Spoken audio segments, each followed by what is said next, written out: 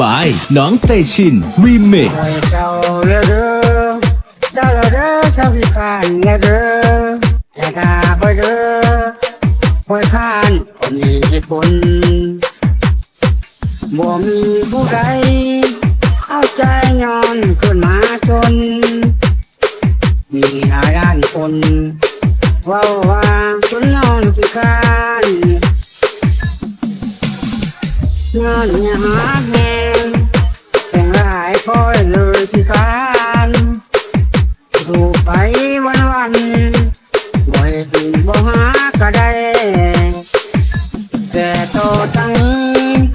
ที่บ่เป็นคือเก่าแล้วได้คอยตั้งใจ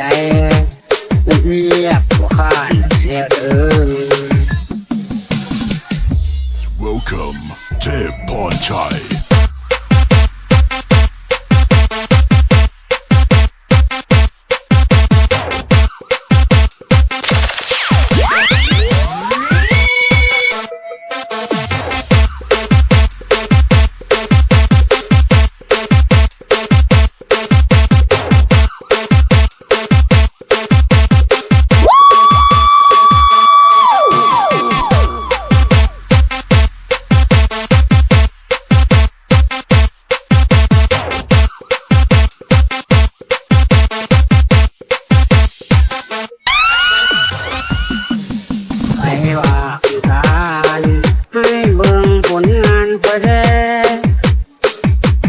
บ่ยอมแพ้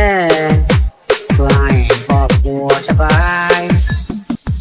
ลบคำดูถูกที่เปลี่ยนแปลงมาเป็นคนใหม่ยากสังใด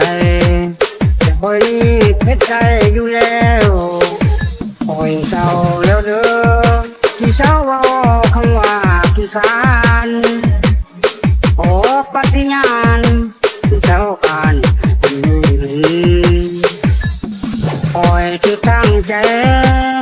ว่าแม่นสิข้านนอนเว้นที่ให้เห็นว่าคอยเจ้าข้านเด้อแม่มันนี่บักไหล